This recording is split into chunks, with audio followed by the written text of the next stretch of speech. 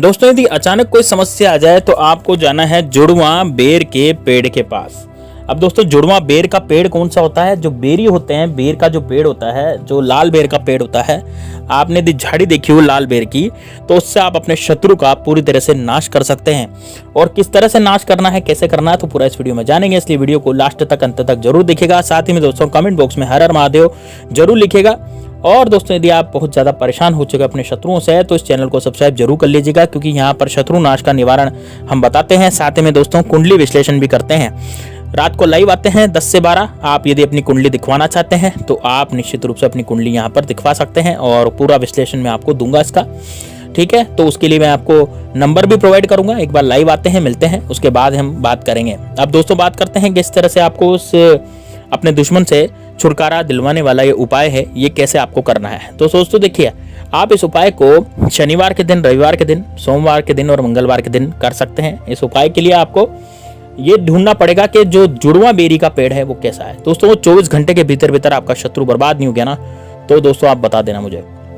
24 घंटे के भीतर भीतर शत्रु आपके ऊपर से कुछ भी किया कराया यदि करवाता भी है तो उसका किया कराया भी खत्म हो जाएगा, और वो शत्रु कुछ भी किया कराया नहीं करवा पाएगा। यानी कि दोस्तों, एक बार यदि आपने अपनी जिंदगी में जो भी दिक्कतें हैं, जो भी समस्याएं हैं, यदि वो पूरी कर ली, तो दोस्तों यकीन मानिए, ये जो समस्याएं हैं तो बहुत छोटी छोटी समस्याएं आपको लगने लग जाएगी। यानी कि आपका शत्रु जो है वो इस लायक नहीं रहेगा कि आप पर कुछ किया कराया करवा सके। कमेंट बॉक्स में हर हर महादेव जरूर लिख दीजिएगा। साथ ही में दोस्तों, इस वीडियो को लाइक करके भगवान श्री राम के भक्त हैं तो जय श्री राम, जय बागेश्वर धाम सरकार जरूर लिखेगा।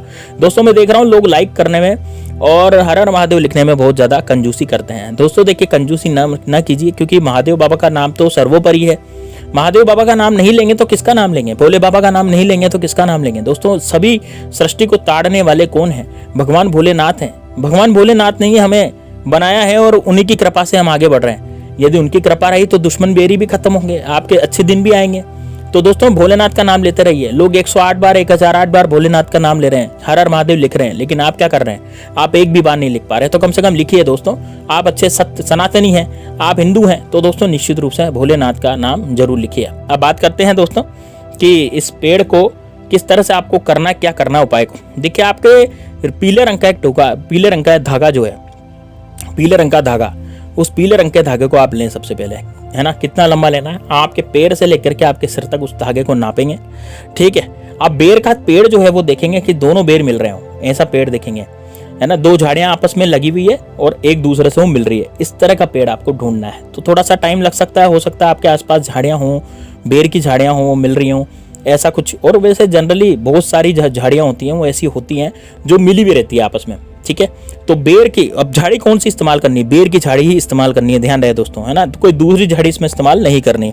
अब आपका शत्रु मान लीजिए आपको बहुत ज्यादा परेशान करता है, बाहुबली बनता है, जबरदस्ती आपको गाली गलौज करता है, पड़ोसी है, पड़ोसी आपकी तरक्की नहीं देखना चाहता, वो नहीं चाहता कि यार आप आगे बढ़ें, है ना। वो ये चाहता है कि यार ये व्यक्ति आगे कैसे बढ़ गया, मेरे से आगे तो नहीं बढ़ना चाहिए था, है ना। मैं तो जो है पूरी दुनिया में राज करना चाहता हूँ, है ना, मेरे से आगे कोई नहीं बढ़े, यह व्यक्ति क्यों आगे बढ़ गया, इस तरह से वो सोचता है। या फिर झूठा कोर्ट कचहरी केस में आपको फंसा दिया, आपकी जो प्रॉपर्टी है, पड़ोसी सोचता है कि यार इसकी प्रॉपर्टी मैं ले लूं, इसका मकान और मेरे मकान में एक ही तो दीवार का फासला है, दीवार तोड़ के इसका मकान भी मैं कब्जा लूं, इसकी औरतों पर बुरी नजर डालूंगा, इसकी औरतों को मैं बेला फुसला के ले जाऊंगा, मेरे घर में मैं इसकी औरतों से काम करवाऊंगा। दोस्तों, ऐसा भी लोग सोचते हैं, और ऐसा सोचने के कारण क्या है, ये बहुत तुच्छ सोच है दोस्तों। क्योंकि क्या होता है कि देखिए, जब भी कोई किसी दूसरी स्त्री पर, पराई स्त्री पर नजर डालता है ना, तो उस व्यक्ति का हश्र बहुत बुरा होता है।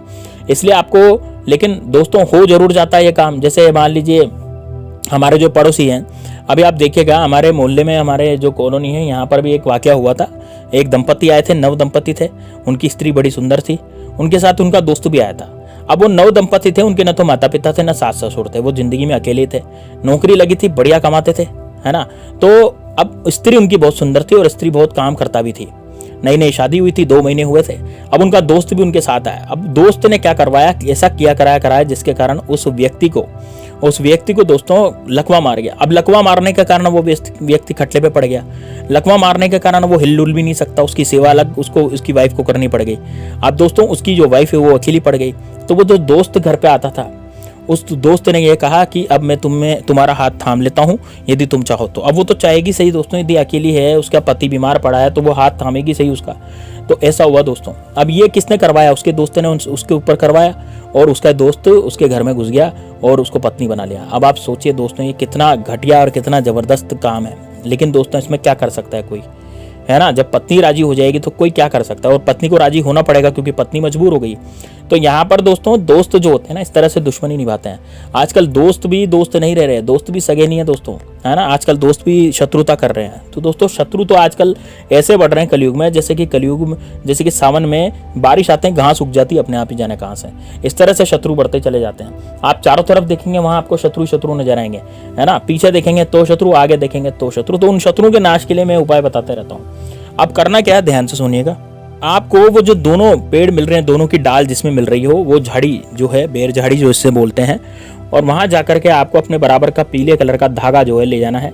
धागा आपको बांध देना है, दोनों में धागा बांध देना है ना, जिससे दोनों एक दूसरे से मिल जाए। इस तरह से आपको धागा बांध देना है और धागा बांध करके उनकी जड़ों पर एक एक लड्डू रख देना है। ठीक है, उनकी जड़ों पर क्या रख देना है? एक एक लड्डू रख देना है।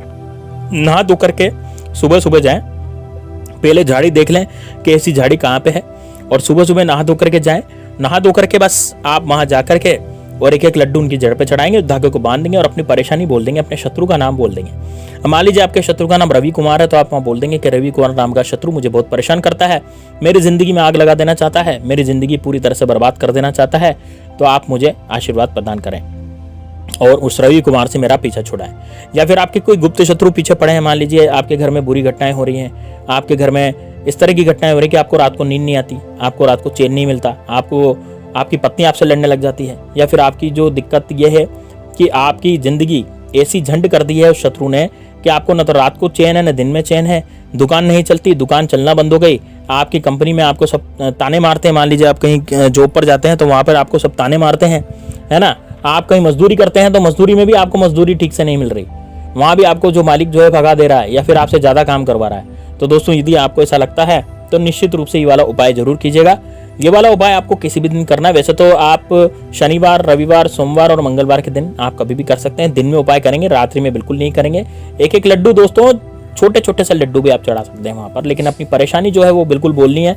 आके मेरे जो दुश्मन है, मेरा जो पड़ोसी है मुझे बहुत परेशान करता है, या फिर गुप्त शत्रुओं के लिए अब आप बोल सकते हैं। मान लीजिए आपके गुप्त शत्रु बहुत परेशान करते हैं तो आप कीजिए मेरे जो गुप्त शत्रु है, मैं शत्रु का नाम नहीं जानता, आप मेरे शत्रुओं से मेरी रक्षा करें, मेरे शत्रु मुझे बहुत ज्यादा परेशान करने लगे हैं। इस तरह से भी आपको बोलना है, ठीक है ना?